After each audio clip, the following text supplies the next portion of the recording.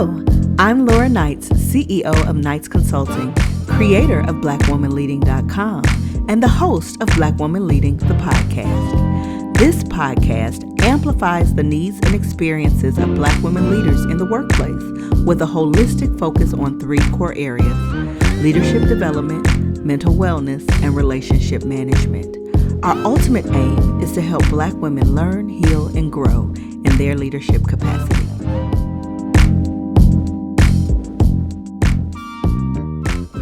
Okay, so hey y'all.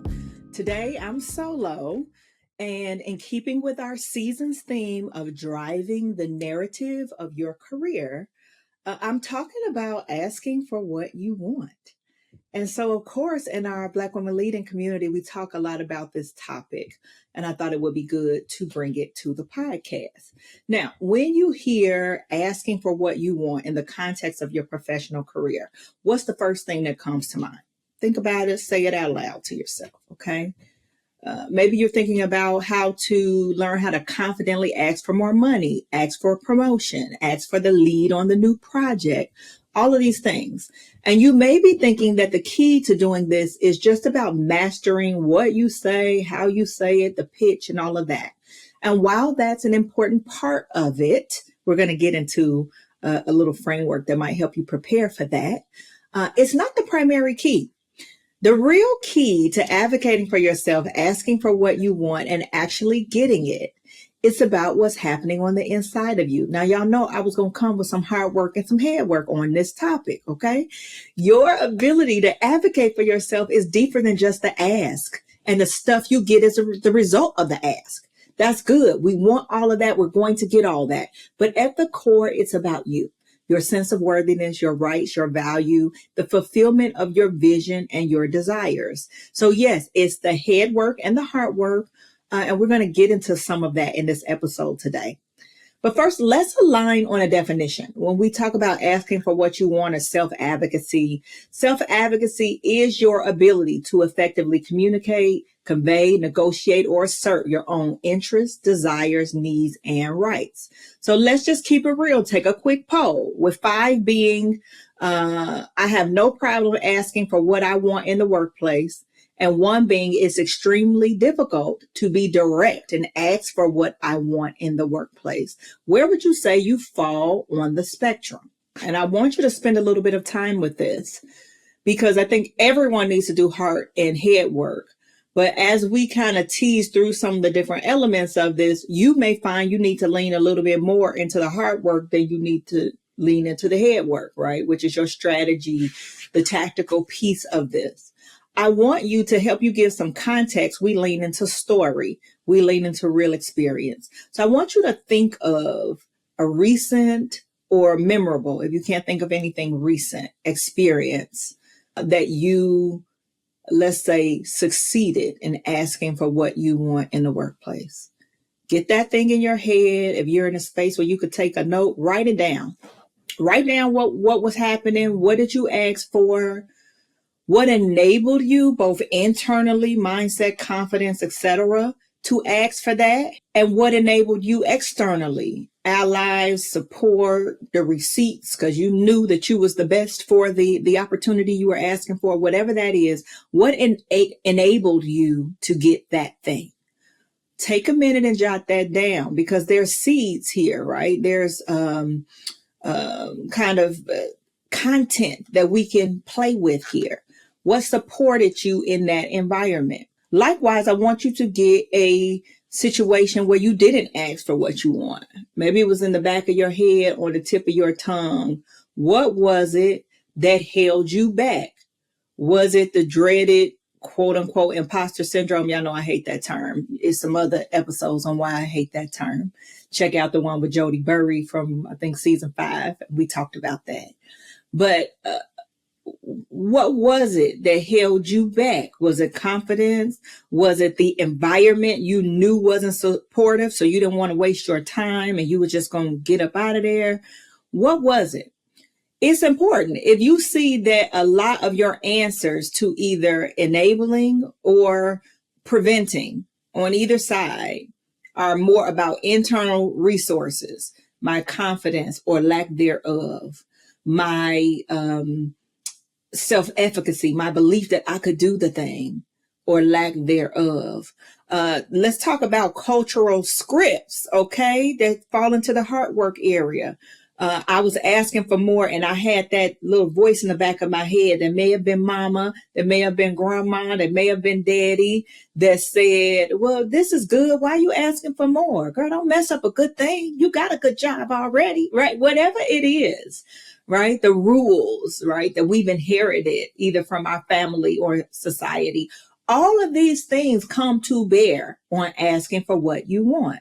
So was it more internal things about me, how I felt about the situation, how I felt about myself, the confidence, the worthiness piece? Let's keep it real.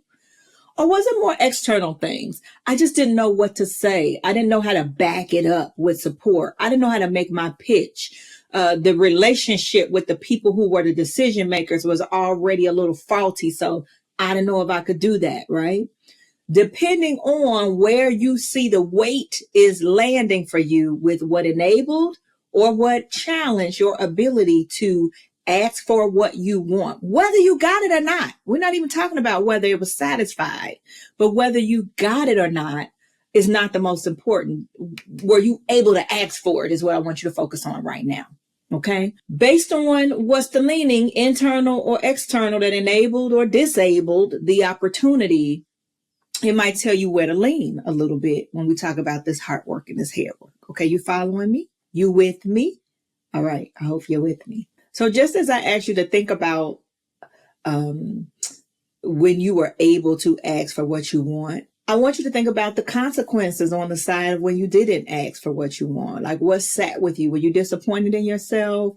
Did you end up, having a sour experience? Were there some boundaries that were consistently violated because you didn't ask for what you want? Because asking for what you want, y'all, is not just about the opportunity or the money.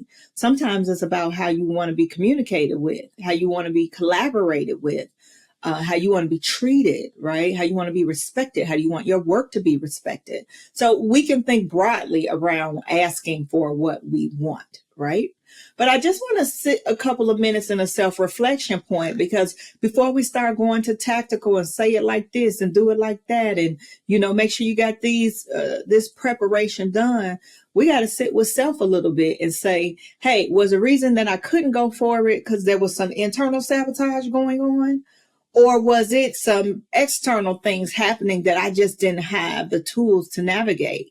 And likewise, when I was able to do this successfully, what was the recipe for that success? How can I duplicate that either internally or in the environment? So first, we need to do a little bit of reflection before we start to go into some strategy around this. So let's go back to this hard work first, and this being about the internal thing going on with you, your sense of worthiness, your rights, your value, the fulfillment of your vision and desires, and the confidence that you can have this. And let me just put a pause there between confidence and self-esteem, because sometimes they're conflated. Self-esteem is about a measure of self-love around worthiness, right? Confidence is about a measure of self-efficacy, your belief that you can do the thing, right? So you can have high self-esteem, self-love, sense of worthiness, and just my humanity as a person, but have low confidence on if you're the most qualified for the role, right? They are not equated. Likewise, you can have high confidence around a skill set, but have some internal monologue about your worthiness as a human being, self-esteem. So let's tease that out a little bit, because that's some different work that we're doing, right? If self-esteem work is really some healing work that usually stems from another place. Self-confidence work might also be some healing work, but it might also be some skill building work. It might be some goal setting work. It might be some relationship building work.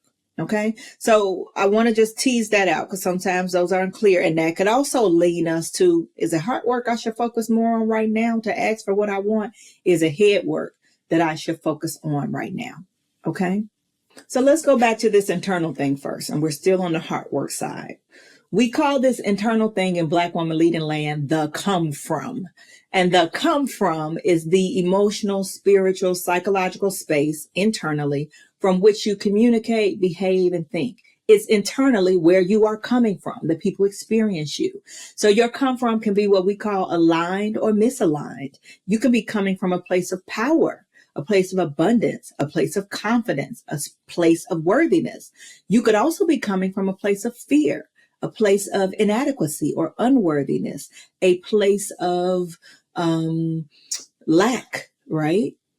And so first we do an assessment on where we are in our come from before we ask for anything. And assessment is important because, if the come from is misaligned, right, we will never be able to really lead in the communication for asking for what we want from a place that really positions us to get that thing.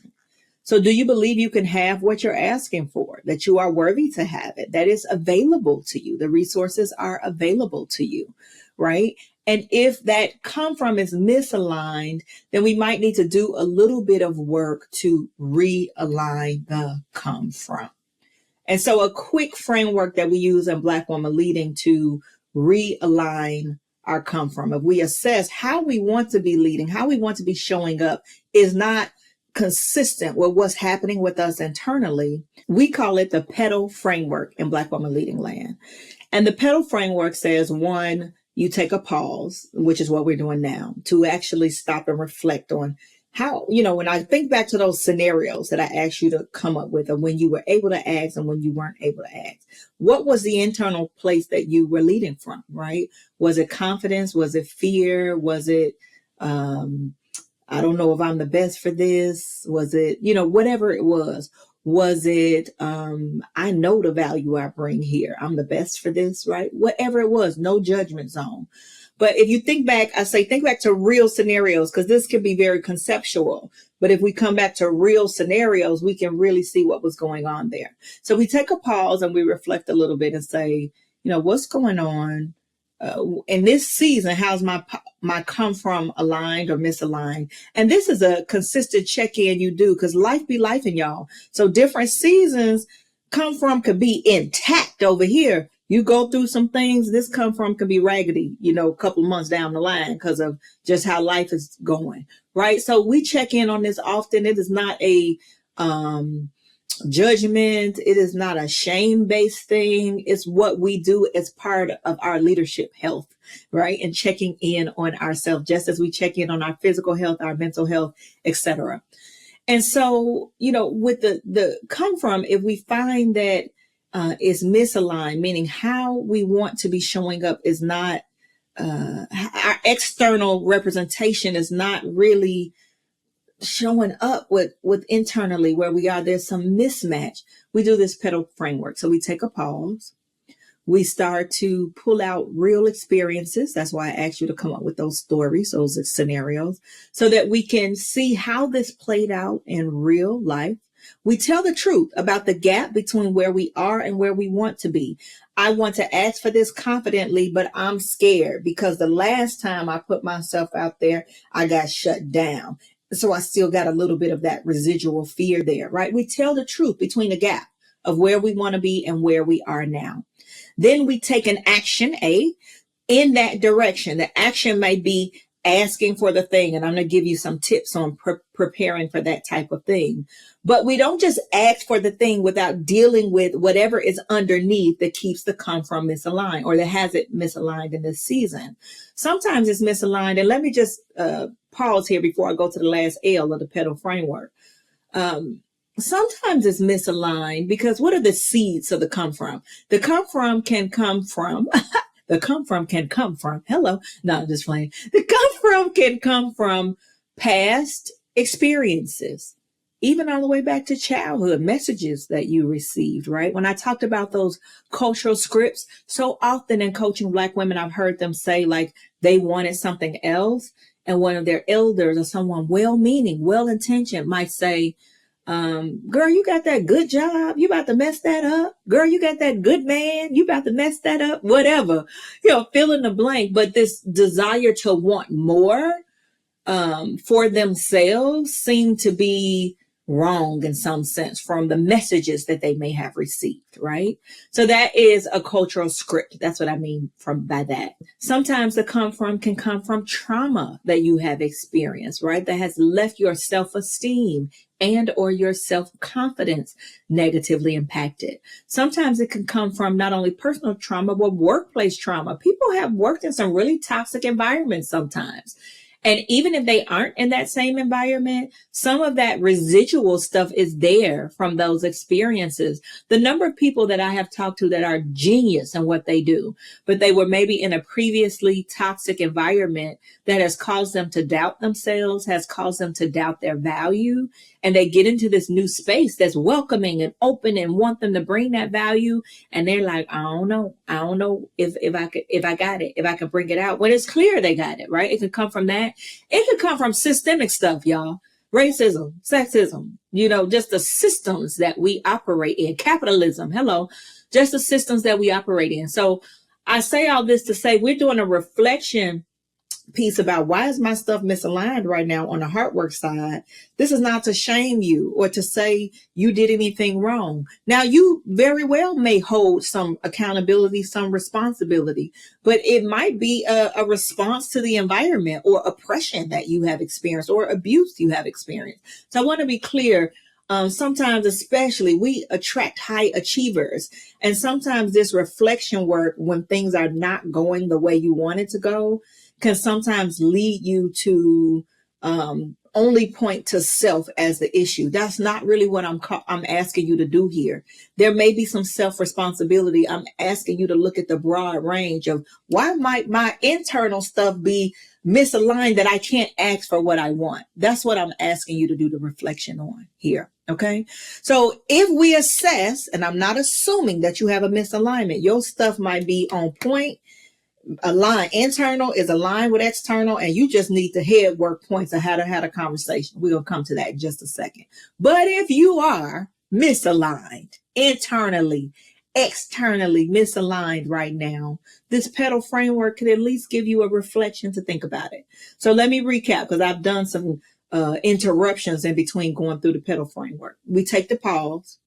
We pull out real experiences that demonstrate how this thing is working, right? Where's the disconnect? Where can I point that out? And you might think back to those examples I asked you to think about when we got started with the episode. We tell the truth. What's the gap? What's happening that I'm not able to show up in the way that I want to be? What's the gap between where I am now, where I want to be? Then we take an action in that direction. So I still may not be feeling 100% confident, but I want the role. I'm going to ask for it. I'm going to put my name in the hat as an applicant, that kind of thing. The last L, though, we don't just take the action without dealing with the stuff underneath. So we just talked about what are some possible ways that the come from can be misaligned. I mentioned all those different ways. Past experiences, systemic things, cultural scripts. The L is we learn. We take some time to learn what got our stuff off kilter in the first place. So it's not just, I'm going to go after the thing, but I'm not going to deal with what's happening underneath. Because if you don't deal with what's happening underneath, I'm going to guarantee you this issue going to keep coming back, baby, whether at work, personal life, wherever. It's going to keep coming back, okay? So we take some time to learn what got us misaligned in the first place. Let's say it was some bad past experiences, life or work. We might need to do some healing work there, right? That might be just in our own reflection, your own spiritual practice, some journaling, whatever that is for you. It may be with support, with a coach or a therapist, a counselor, a spiritual guide or leader, whatever the case, right? So we deal with that if it's some healing. Let's say if it's some skill stuff. The come from is misaligned because I want it, but I don't know if the skills are quite where they need to be. Then I might do some actual learning. I might seek some additional training. I might read some books. I might check in with my colleagues to get some support. If I have someone that might be able to show me something on that, right? So the learning might be something tactical you need to do. Because it's a skill-based thing, right? Let's say it's the cultural scripts, the rules from mama and them that have you doubting, should I ask for more? I have enough. Should I ask for more? It's not about being greedy. It's that you have a bigger vision for yourself, right? You want something more, right? And so it may be about challenging those rules that you've created for yourself and making some new scripts and reframing those scripts and making some new rules for yourself, right? I remember a quick example here on the cultural scripts. I remember coaching a woman who uh, desired to build some better connections at work. She had moved up in really a significant level of leadership. And it was a very collegial type of environment. And they had socials and, little mixers and things all the time. And she actually wanted to go to those things, but she wouldn't go. She would just kind of head down. I'm doing my work and I'm gonna go home. But inside, she kind of wanted to go, but she wouldn't allow herself to really engage in that way. And I remember having some dialogue with her around, unpacking that. She ended up getting some constructive feedback from her executive leader because she done moved up now. And they were like, we need you to be a little bit more visible in your leadership. You ain't got to come to everything, but you got to come to some stuff. So she was frustrated because she wanted to kind of come. Then she getting this constructive feedback, which wasn't a good look to her. And she's like, well, why, if I want to go, why am I not going? So we assessed, did it feel safe? Was it something about the environment that felt unsafe that she didn't want to go? And she was like, no, that's not it. And as we continue to unpack, it was the cultural scripts underneath. She was a first generation. She was from some island. I can't remember. She was first generation. She was the first one in her family to do this type of work in the organization where she worked at. Most of her family were more blue collar workers. And she said she remembered the refrain often from her parents and her older siblings. She was a younger sibling. And it was kind of like, we don't go to work to make friends. You go down, put your head down, make your money, come home. So this was this embedded script that she was operating with. And in that session, she had a little bit of a light bulb. She had to give herself, the permission to say, maybe that was their rules, but that doesn't have to be my rule. I can create some new rules for myself. So sometimes the learning, the L in the pedal framework to reframe the come from is you need to create some new rules from yourself. Maybe you've been borrowing for yourself. Maybe you've been borrowing from other people and that's no longer working for you. Okay. So if that's the case, we realign. We use that pedal framework to try to realign. It's not an overnight thing, but this is the internal work we feel like we might need to do to ask for what we want. Okay. Hard work side. I know that was a lot. Y'all still with me? Okay. Is there some internal reflection work I need to do to be able to show up and ask for what I want? So let's talk about if it's not the hard work stuff, or if it is, plus you need some tactical tips too to think about how to ask for what you want. There's a framework that we share a lot in Nice Consulting with our corporate clients and also within our work with Black Women Leading, and we call it the open framework. And it's about self-advocacy and how do we ask for what we want. Now, before I share the open framework really quickly, I want to pause and give a caveat here because this is Black Woman Leading. Now, we know we have some other friends that listen and hey, y'all are welcome. But we center the experience of Black women here. And so, a lot of coaches, leadership development programs will say, advocate for yourself, ask for what you want, advocate for yourself, ask for what you want. And I'm saying that here to you today. That's the name of the topic. But we need to recognize there's some context and some nuance that might impact you differently as a Black woman. And we want to be honest. I'm not going to gaslight you about this and say, just ask, girl. You just need to ask. It's all about you asking. No, it's not. That's part of it. But there is some context and there is some research around this. I'll link an article that I think came out maybe in like 22, maybe 23, that talked about when Black people in particular, but this might also be resonant with other people of color, advocate for themselves, that sometimes there is a negative response, right? And we need to be honest with that. What the research was saying in particular is that while white, Asian, Latinx employees received higher job ratings when they talked more about their contributions and accomplishments and advocated for themselves. For Black employees that were explicitly dealing with a white manager's implicit bias, that they got some negative penalties for doing that same self-promotion. And the study saw particularly that it was lower ratings on job performance based on the assessment of their fit in the organization. All right. And so what that research said is to overcome some of those challenges. And it sucks, y'all. But what the research said that now this was particular for the people that they talked to felt that there was some implicit bias from a white manager. So it was a very clear framework. But what the research found is that to help to mitigate some of that damage, if that resonates with you and your experience, to mitigate some of the challenge around that, that getting support from other allies was helpful for people to push whatever their agenda was when they were promoting themselves and advocating for themselves. So what does that look like?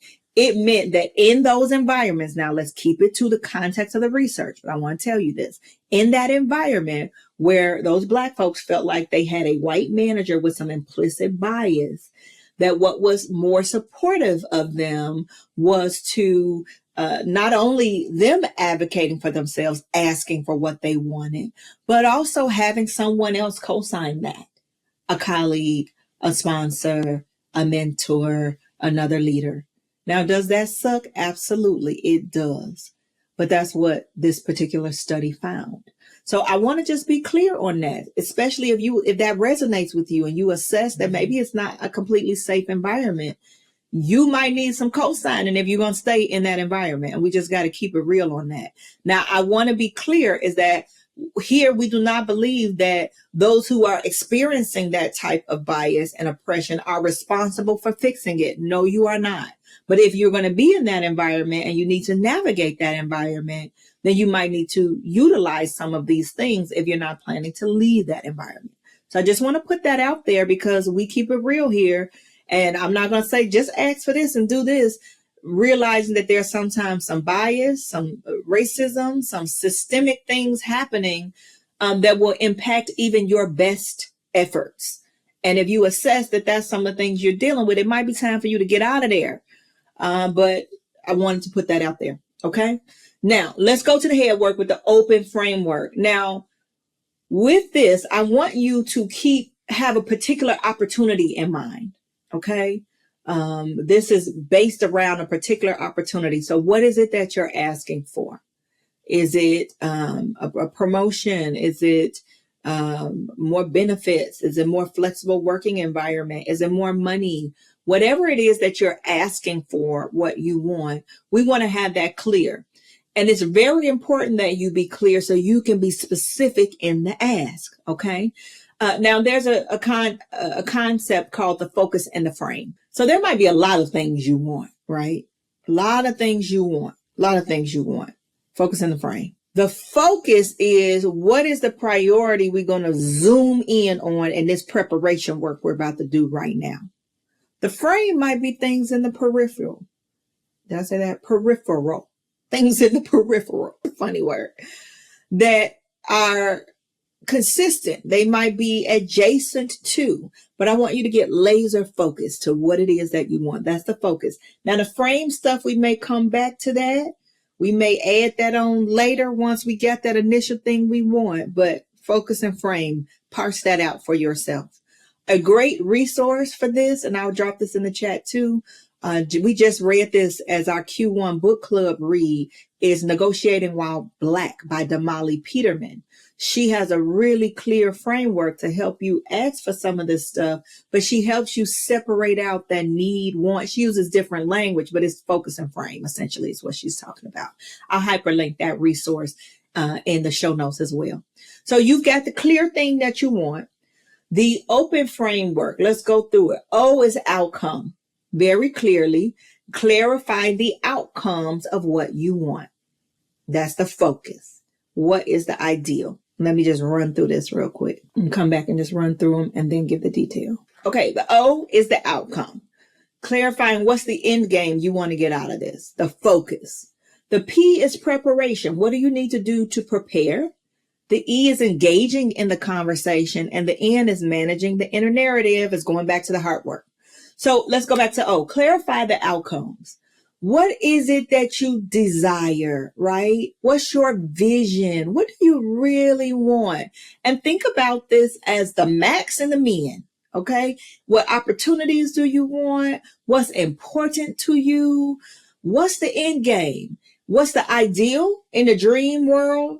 And what's what we call your BATNA, best alternative to a negotiated agreement, or your walk away point. Like, I ain't taking nothing less than this.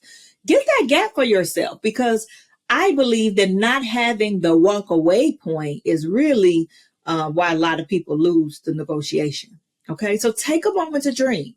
You got this clear focus, this priority of what you want. Ideally, what does that look like? What do you want? What do you need out of that? Okay. And then what's the bare minimum that you're willing to take in relationship to that? Now, you're not going to start asking what the bare minimum, but you need to know that for yourself. Because if you don't know that for yourself, you don't know when you've already lost, because you might be below that because you haven't clarified that for yourself. Okay. You want to know, what are the must-haves? What are the non-negotiables? What's the dream? So that's very clear around this thing that you're asking for. Get that gap clear for yourself, and envision yourself experiencing that thing. Okay, so that's the O. The P is the preparation. So we want to prepare for the conversation. If it is a promotion or a new role you're asking for, you want to do your research, right? So the environmental scan, what's happening in the environment, so you can create a business case, right? You want to think about, if it's some money, do you know the salary bands, right? So you know where to position yourself. If your organization doesn't have salary bands, and let's say you're asking for money, you can do some research to see in the Metroplex where you are, Dallas, Atlanta, Chicago, for your area of, for your amount of experience, your education, your background, and the role. You know, what should you be asking for? What's the range? You can use Indeed, salary.com, these different things like this to give you some insight onto that, right? It may not be money you're asking for. It might be a position. You want to do your prep. What makes you qualified for the position? What are your receipts? What are the things that shows you're capable of doing this? Perhaps you want to go to a remote work environment, or a more flexible schedule, and your employer is, very much everybody in the office culture, but there's some wiggle room here. You want to assess what is their hesitance to that, and how might you proactively speak to whatever their concerns are about when people are more remote than in the office. So the preparation could be broad, depending on what the ask is, what the focus is, right? But you want to do an environmental scan, and that might include what's happening in the context of your organization, what's happening in the context of your industry, what's happening in the context and the feeling about it for the decision makers that you need to talk to. Can you get a pulse of where people are? Do you have people you can talk to within your organization to get some intel? You want to get as much research as you can. And part of that preparation is pulling out your own points, your own value points, your own value add, your own receipts, as I like to call them, depending on what it is that you're asking for. So one, we're very clear with the outcome. We have this gap so that we have some fence to play within. P, we're doing our preparation, and I gave you a couple of different things you may prepare on. And if you assess that there's already some things they may call you on, or some resistance, some rebuttals, you want to try to think about that beforehand so that you can have some response for that, right? What might they say? If you had some challenges before and you overcame them, will they bring that up? And if they do bring that up, what are you going to say about how you've addressed that? How that's no longer an issue for you, right? So you want to do all of that preparation.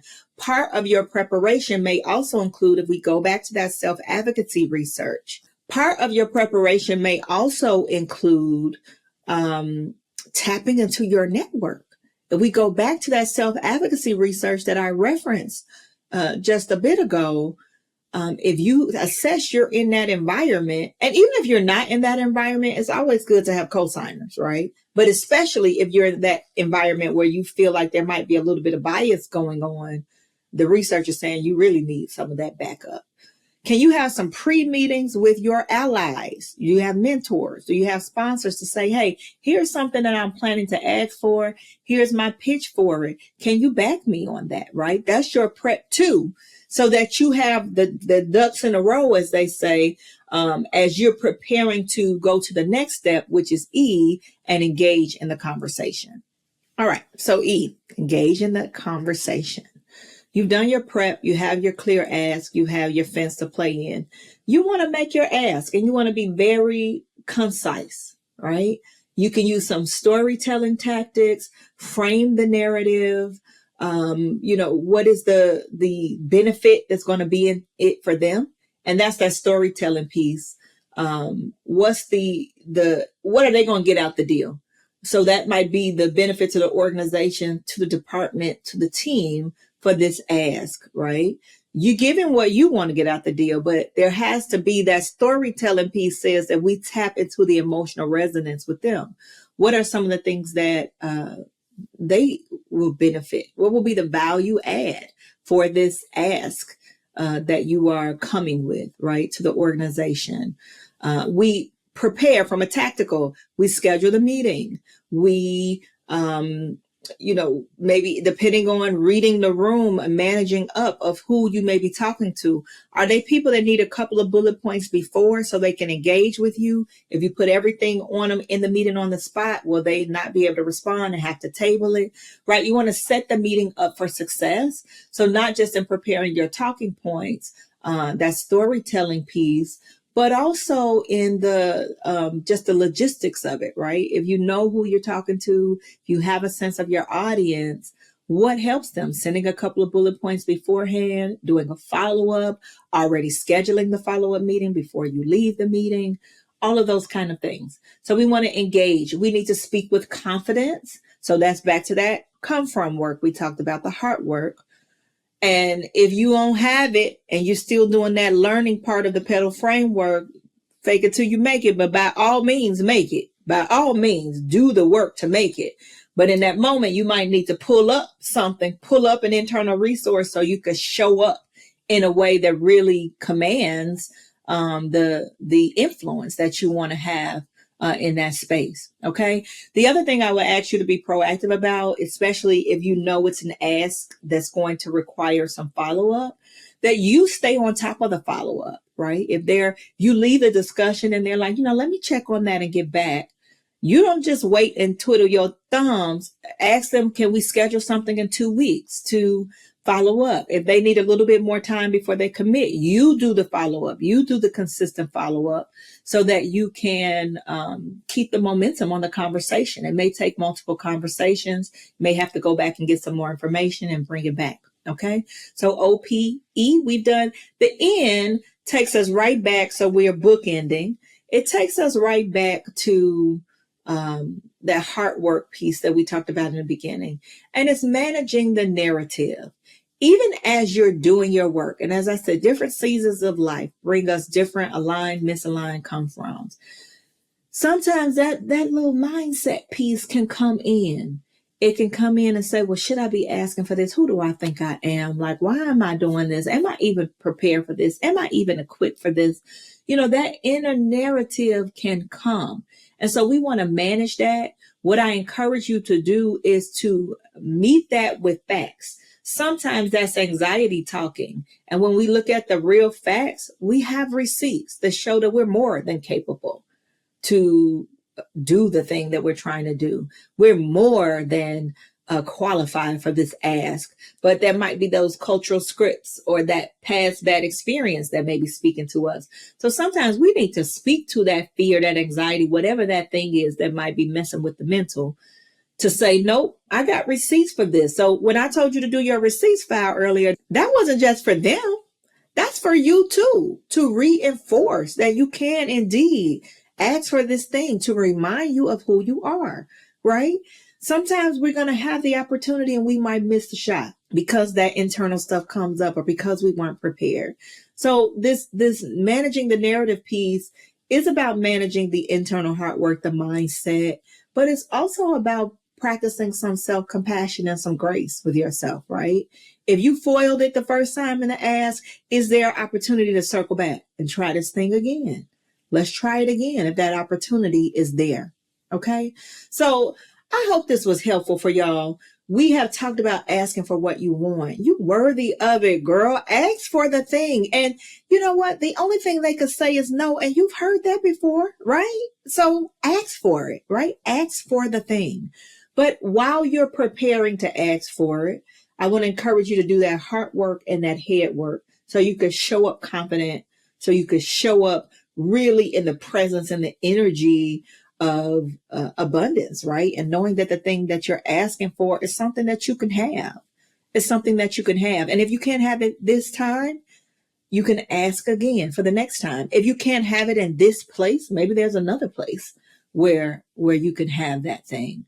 So I just want to encourage y'all, ask for what you want.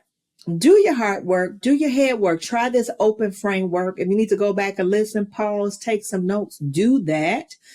So that you can show up driving the narrative of your career, really leading, really advocating for yourself and asking for what you want. I hope this was helpful. If so, please share it with a friend. We're on all podcast platforms and we're on YouTube now. If you're watching on YouTube, if you're listening, check us out on YouTube. You can see my face while I'm saying all of this, okay? But we're on all those platforms. We're on all streaming podcast platforms. You can also connect with us on socials. We're at Black Woman Leading. Woman is singular on Instagram, LinkedIn, Facebook, and of course, YouTube.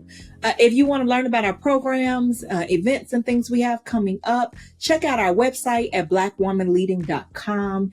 And then, of course, if you want to connect with me personally, I'm Laura E. Knights on all platforms, but LinkedIn is usually the best place to get me.